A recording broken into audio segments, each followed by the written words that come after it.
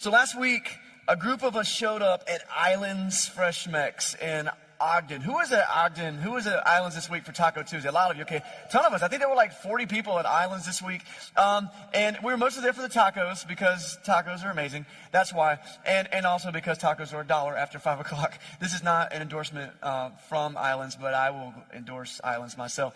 But I talk about the tacos because a couple of us got talking about this, and maybe you've heard the joke about Mexican food, like the whole idea about everything that you order at a Mexican restaurant is essentially the same exact dish, just folded differently. Have you heard this? So like you take meat and cheese and like pico, you put it on a hard shell, you've got a hard taco. You take meat, cheese, pico, put it on a soft shell, you got a soft taco. You take that puppy, throw it on the flat griddle, it's a quesadilla.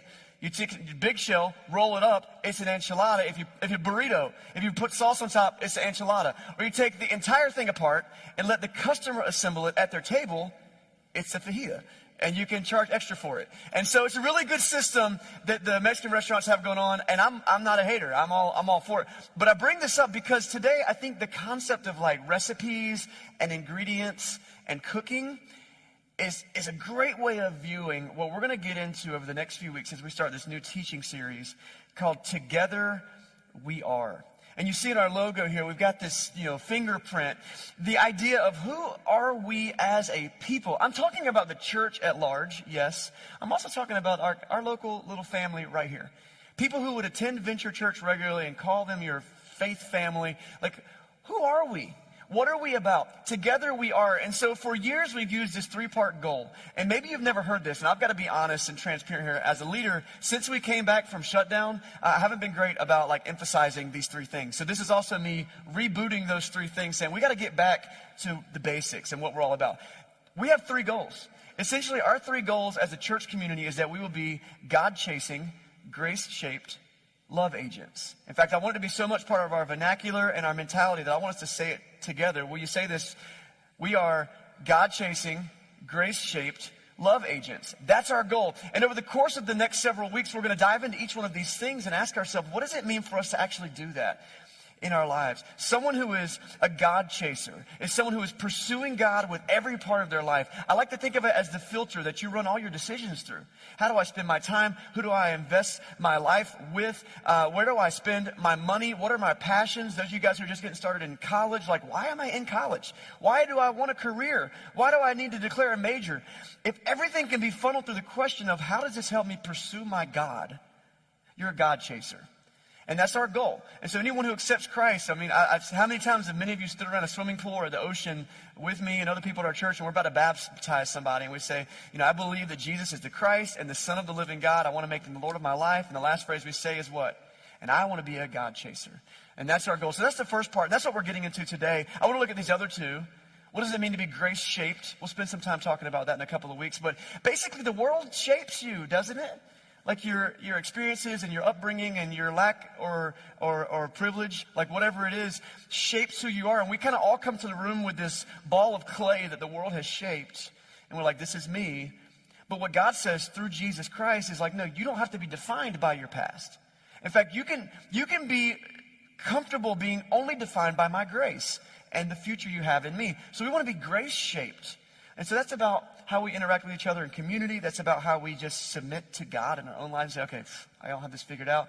And then the last part of it is the overflow. So if I'm God chasing and then I'm allowing myself to be grace shaped, then I should overflow into the world with his love as agents of his love. We are love agents. So we are God chasing, grace shaped love agents. And this idea is not original to me or to Venture Church. Virtually every church throughout history should have the same basic goal. And a lot of churches have drafted it different ways, but it all comes from some things that Jesus said. One in particular that I think about a lot is in Mark chapter 12, verse 30. This is what Jesus says. He says, love the Lord your God with all your heart and with all your soul and with all your mind and with all your strength. And he says the second is this, love your neighbor as yourself. There is no greater commandment than these.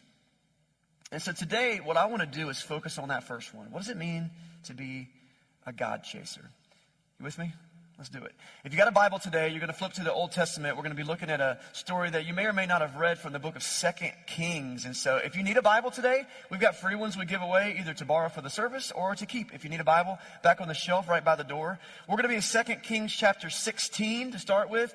And we're going to be looking at the life of a couple of people. 2 Kings is in the Old Testament of the Bible, and it specifically is like a history of the nation of Israel through the lens of the different kings that come. So this is the book of the Kings. And so as a new leader comes, we see what that leader brought to the table and how the nation responded in his leadership. And we're going to look, I want to step before you today two individuals, okay?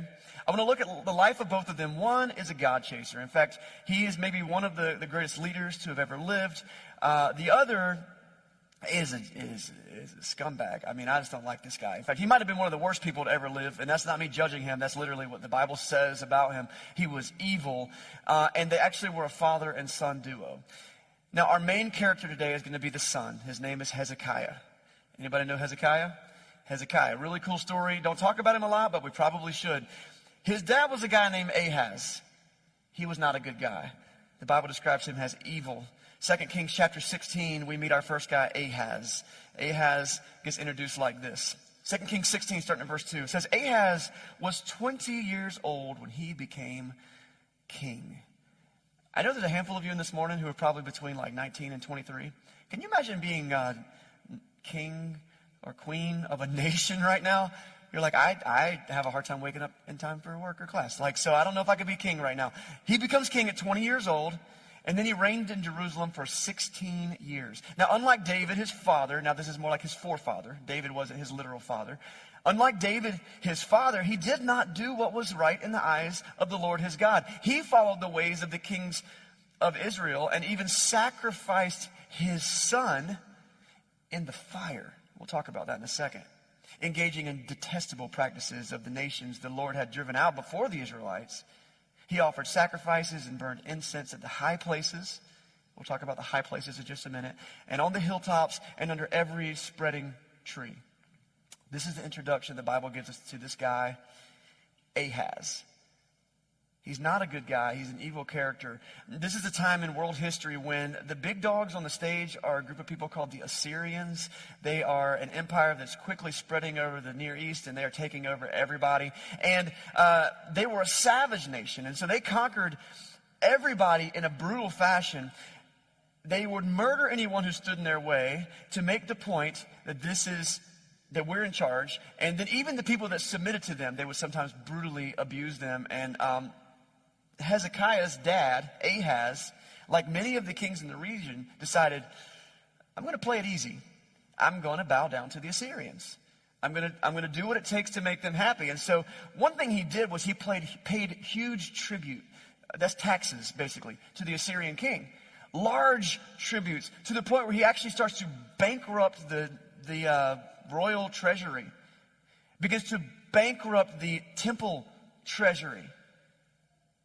Now, if you were here during the Minor Prophets series that we did this summer, we talked a lot about this period of time where the Assyrians and then the Babylonians come and they basically overthrow the nation of Israel. One important thing to kind of note about this time period is that there had been some civil unrest between the nation of Israel, and it had divided into like a northern and a southern kingdom. The northern kingdom known as Israel, the southern kingdom known as Judah. Ahaz was the king of Judah, the southern kingdom, and the capital of Judah was the city of Jerusalem. Very important place.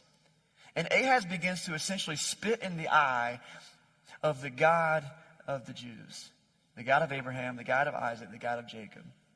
By turning to the Assyrians, by paying tribute to Sennacherib, the king of the Assyrians, and then ultimately giving into the pagan worship of the nations around them, he does some other detestable things. He starts worshiping these Canaanite gods, and one of them was a god called Molech. Now, you might have saw in our passages that Ahaz was guilty of sacrificing his son to the flames. One way that you would worship Molech would be, this could get graphic. I'm going to keep it kind of PG-13, but just, you can fill in the blanks if you're there. You would sacrifice your oldest child to Molech by burning them alive. That's all I'm going to say there. The cries of your child, the louder it was, ideally, that's the more Molech could hear you, and then they would make you great in battle. Now, we talked about Hezekiah. That's Ahaz's son, right? Well, Hezekiah is still alive in the story. So this is Hezekiah's older brother. And when you say it like that, it really becomes very personal. And this is what their dad had done to their family.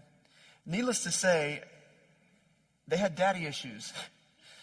And Hezekiah's family was not focused on honoring God.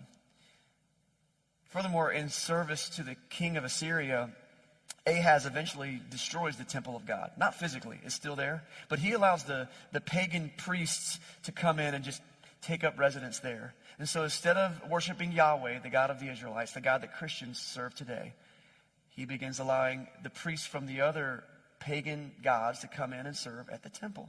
It's just terrible. It's evil. And the entire nation begins to follow suit. And it says that there are these high places and these hilltops.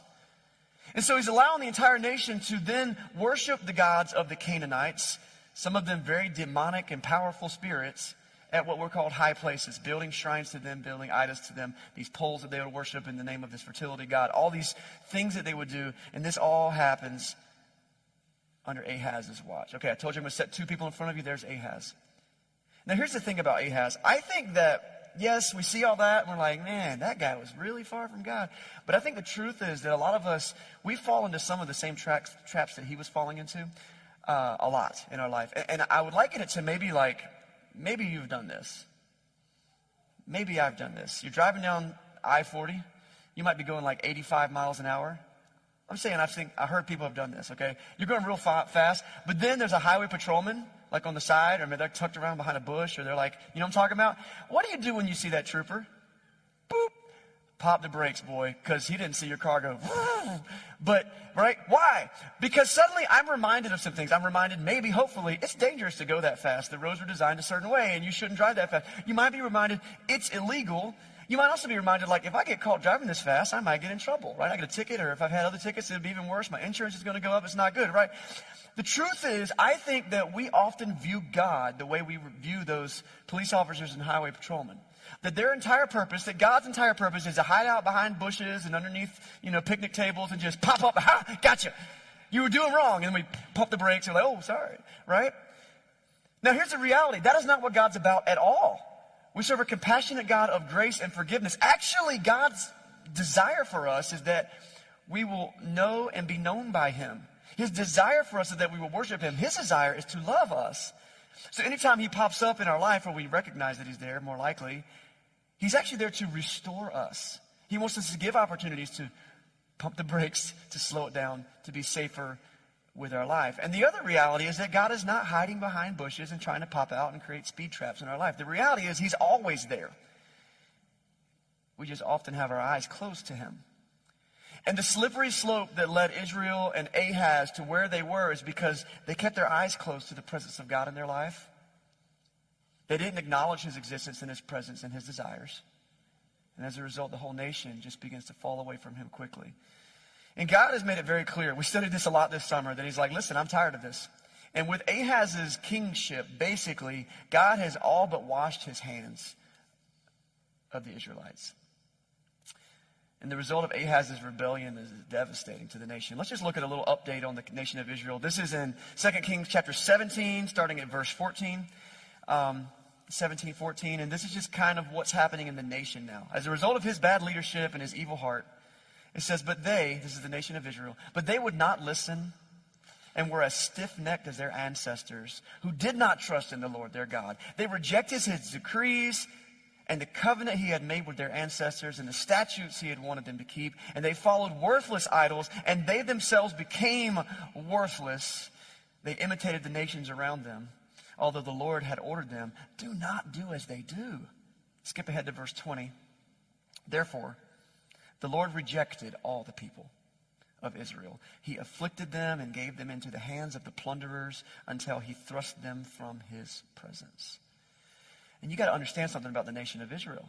I mean, this is a nation that was literally founded by God. He gives them their law. He gives them their order. And they just turn a blind eye to him, spit in his face, and do their own thing. because of Ahaz's ungodly leadership, after time and time and time again of God coming in and providing some leadership, providing some guidance, coming in, sending prophets, coming in, sending priests, coming in with a message like, turn your heart back to me, God finally says, all right, I reject you. That's hard. And then something happens, something really great, and it's weird to say it this way, but this is the great thing that happened. Ahaz dies. Now, it's not great that he died, but maybe you've been in that boat, like, man, things are easier now that somebody's going right. And that is the truth with what happened with the nation of Israel. He dies, and his son Hezekiah, our second character, hits the stage as king. Now, let's introduce ourselves to Hezekiah first. This is in 2 Kings chapter 18, starting in verse 1, 2 Kings 18. In the 3rd year of Hoshea, son of Elah, king of Israel, remember that's the northern kingdom, Hezekiah, son of Ahaz, king of Judah, the southern kingdom, began to reign. Verse 3. He did what was right in the eyes of the Lord. I want to read that again. He did what was right in the eyes of the Lord, just as his father David had done, his forefathers, as King David. He removed the high places. He smashed the sacred stones. He cut down the Asherah poles. He broke into pieces the bronze snake Moses had made for them. This is an interesting little tidbit that you kind of don't hear about until right here. For up to that time, the Israelites had been burning incense to it. So they had even idolized this little relic from when Moses was alive. That was their leader generations earlier. And Hezekiah comes in and says, no. Break, cut down, destroy, kick out. You ever heard something that we call the vicious cycle? So like in my life and like what I do daily, I'm often meeting people for the first time, and I'm constantly hearing, your life stories and people's stories. And I find that a lot of people come from a lot of brokenness. And it's sad and it's true. And the reality is we tend to become what we've been shown. And so as much as maybe when you were growing up, you're like, I am never doing what my dad did. I'm never doing what my mom did. And then you wake up and you're 35 and you open your mouth to speak to your kids and your father falls out of your mouth. And you're like, oh my goodness, there he is. I have become him, right? And so maybe that's been a reality to you. And so that can be a good thing. You might have had really good upbringing and it might have been really good. Or it can be a bad thing. And so the vicious cycle is when it's a bad thing. And when you've been brought up in abuse or brokenness or addiction or whatever it is, and the household doesn't work well, and then so what do you take with you when you leave the home? All of that abuse and addiction and brokenness and maybe evil and unrighteousness, if that was part of the upbringing. And what do you do? You take that with you everywhere you go, and you build a new family, and it's a cycle. And so many people work very, very hard and pay therapists a lot of money and have to do a lot of things to try to break that vicious cycle. But every now and then there's a resilient person like Hezekiah who says, no. My dad did it this way, but guys, we're not doing it this way. Look what it's done to our nation. Look what it's done to our position in the world. Look what it's done in how we respond to our God. And so Hezekiah tears down the high places. He cuts down the fertility poles of Asherah. He cleans the temple of all the filth. He reinstates the priest into the temple, which is a big part of what he does. He actually goes back and reestablishes a bunch of the festivals and things that the Jewish people were told to do by Moses, things like Passover and stuff like that. They had not been doing those things.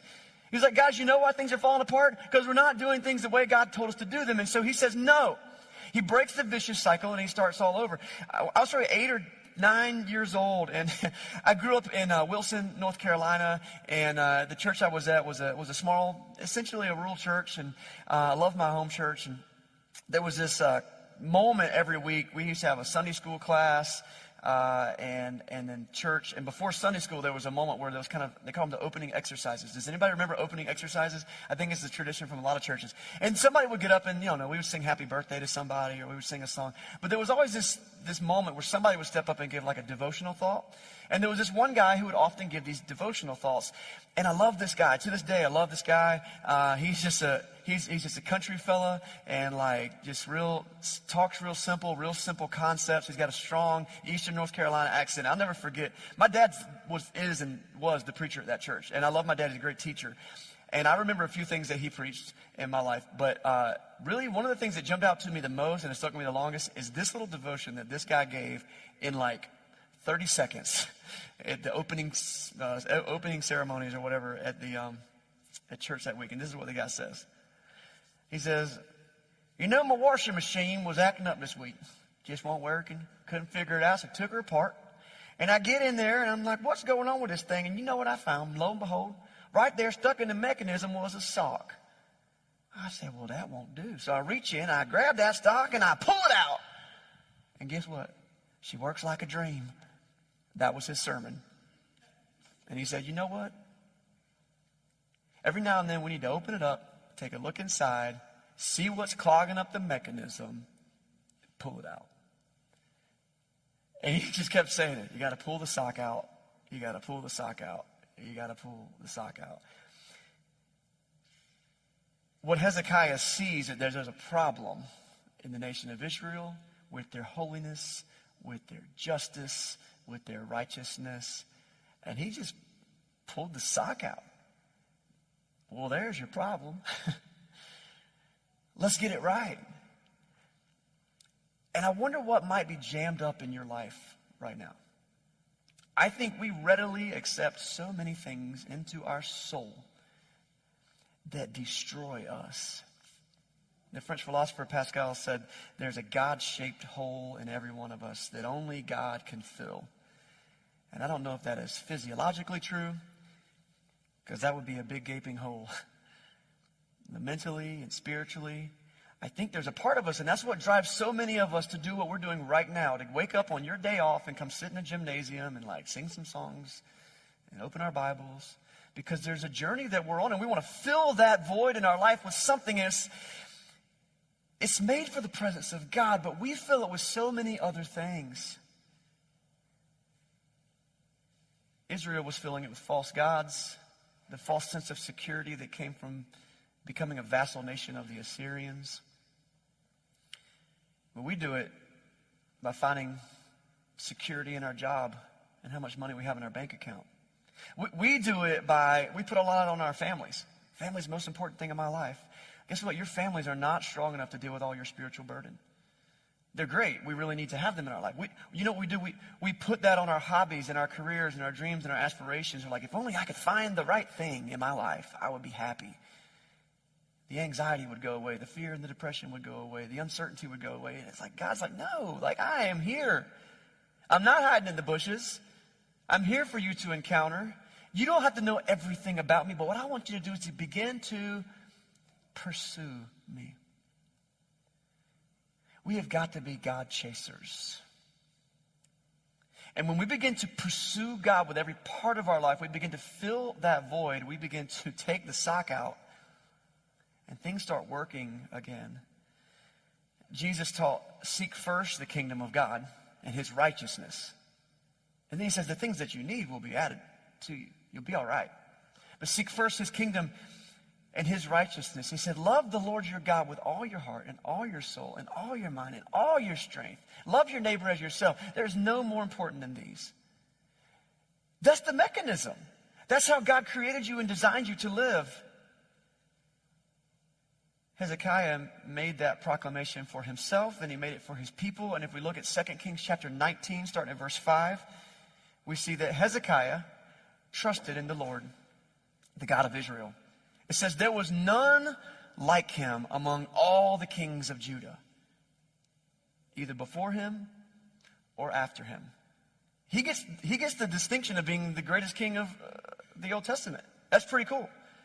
He held fast to the Lord and did not stop following him. He kept the commands the Lord had given Moses, and the Lord was with him. He was successful in whatever he undertook, and he rebelled against the king of Assyria and did not serve him. Hezekiah is my favorite person in the Bible, behind Jesus. Jesus gets number one, and then Hezekiah, because of his boldness.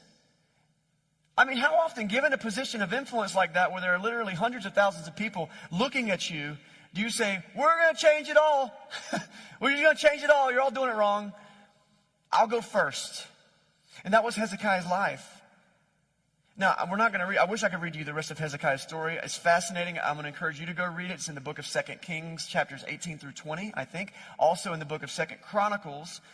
I said verses, I meant chapters. Chapters 18 through 20. And then 2 Chronicles, chapters 28 through 32. Or Google, where do I read about Hezekiah? Do that. He's also talked about in the book of Isaiah. He's talked about in Proverbs.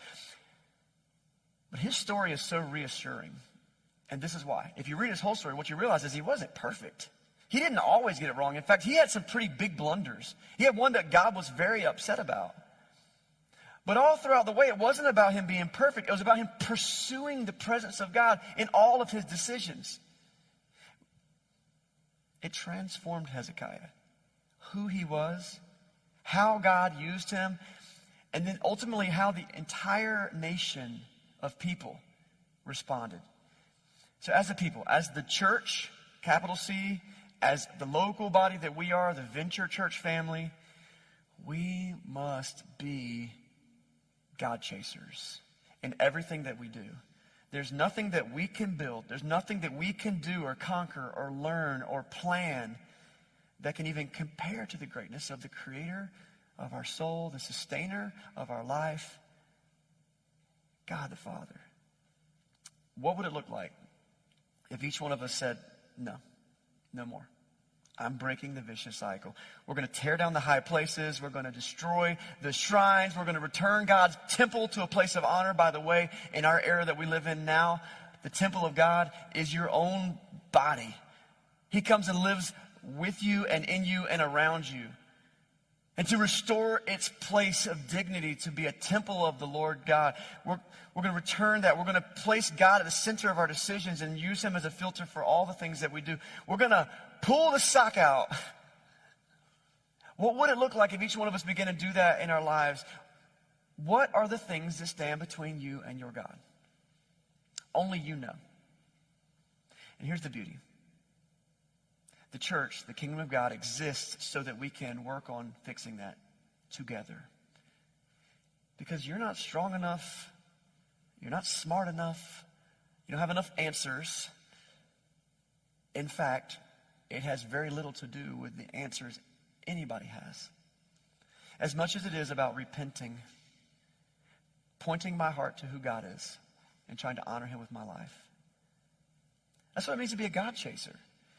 And that's what we're going to seek together. Now, near the end of Hezekiah's reign, the Assyrians are getting pretty ruthless, and they're coming in, and they're really upset because Hezekiah quit paying the tribute that his dad started paying, and they keep sending the tax bill, and the IRS comes by hey, you're a little bit late on your payments. And eventually, Sennacherib, the king, is I've had it. So he sends 185,000 soldiers to the front gates of Jerusalem. And he says, okay, you're not going to pay it. Here's what we're going to do. We're going to kill you all. We're going to destroy your city, and we're going to make sure that nobody else makes the mistake of thinking that they can go above and beyond us. And so they come to the front gate with this. There's this messenger with a letter, and the letter goes to Hezekiah, and the messenger basically says, we are here to destroy you unless you completely turn over to us right now. Bow down to Sennacherib, the king of Assyria. Bow down to Assyria, pay your tribute, and become a vassal nation again. Now, I can't put myself in Hezekiah's shoes right there. 185,000, not only armed soldiers, but viciously armed soldiers. These are people who in battle would sometimes take children by their ankles and swing them around until brutal things happen. And this is how the Assyrians did battle. Okay, it wasn't name calling and pushing in the park. And so Hezekiah knows that if 185 soldiers are going to eventually win. In fact, they had set up around the perimeter so that nothing could go in, nothing could come out. It was a siege. They'll starve to death or thirst to death or give up. But Hezekiah doesn't freak out.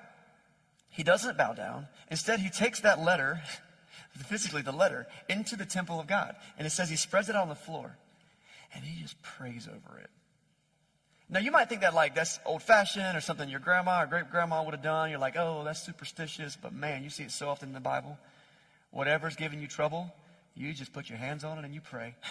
You say, Lord, I don't know what happens behind the scenes and what you're doing right now, but Lord, I just need you right now. I want to read Hezekiah's prayer. This is in 2 Kings chapter 19, verse 15. It says, Hezekiah prayed to the Lord. Lord, the God of Israel, enthroned between the cherubim, you alone are God over all the kingdoms of the earth. You have made the heaven and the earth. Give ear, Lord. Hear, open your eyes, Lord, and see. Listen to the words of Sennacherib. He has sent to ridicule the living God. It is true, Lord, that the Assyrian kings have laid waste to these nations and their lands. They have thrown their gods into the fire and destroyed them, for they were not gods, but only wood and stone, fashioned by human hands. But now, Lord, our God, deliver us from his hand, so that all the kingdoms of the earth may know that you alone, Lord, are God. And I would love to read the next few chapters to you, but let me just tell you what happens in a nutshell. God does a miracle, and that night, something happens out in the Assyrian camp. Something happens that causes about half of them to die. And they wake up and they're freaked out. And they just leave.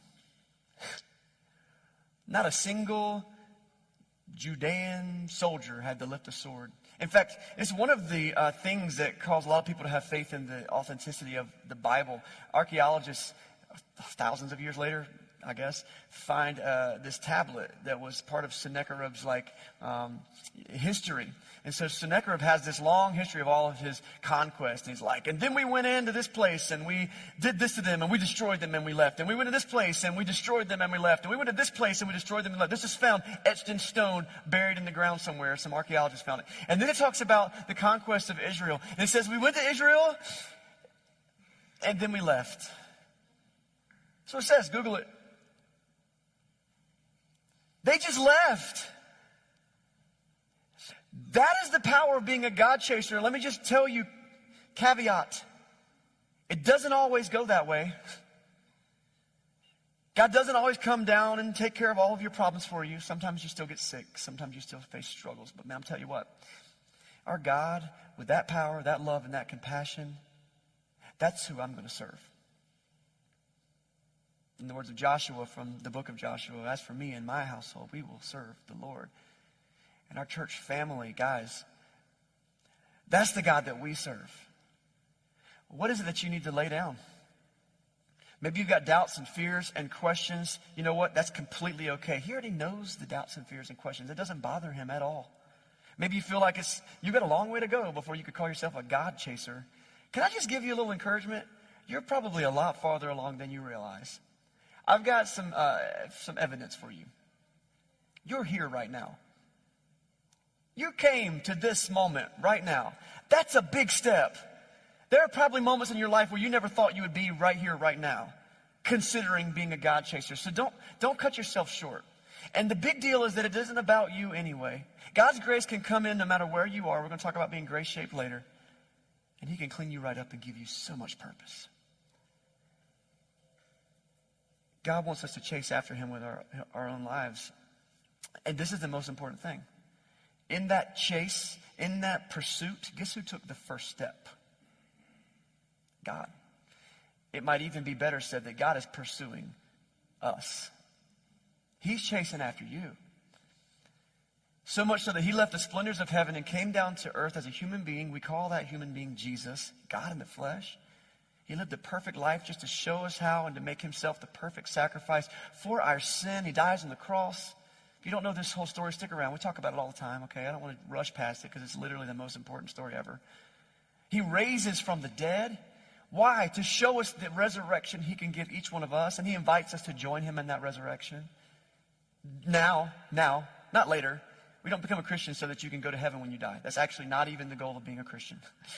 It's a huge fringe benefit, but so that you can be active in the kingdom of God now, redeemed and active and chasing God with your life. What do you need to do? Well, the first thing we got to do is tear down the high places. You got to pull the sock out. What is it that's standing directly in the way? And only you know what that is. The second thing you might need to do is lay down the letter. Like, take whatever it is, the struggle, the fear, the pain, and just lay it before him and begin to talk to your God about it. He loves you. He wants to hear from you. If you don't know how to do that, get somebody in the room here today. Be like, hey, I need to pray about something. Can you help me with that? I asked for some prayer this morning. Lay it down. Lay it on the temple floor. Talk to God about it.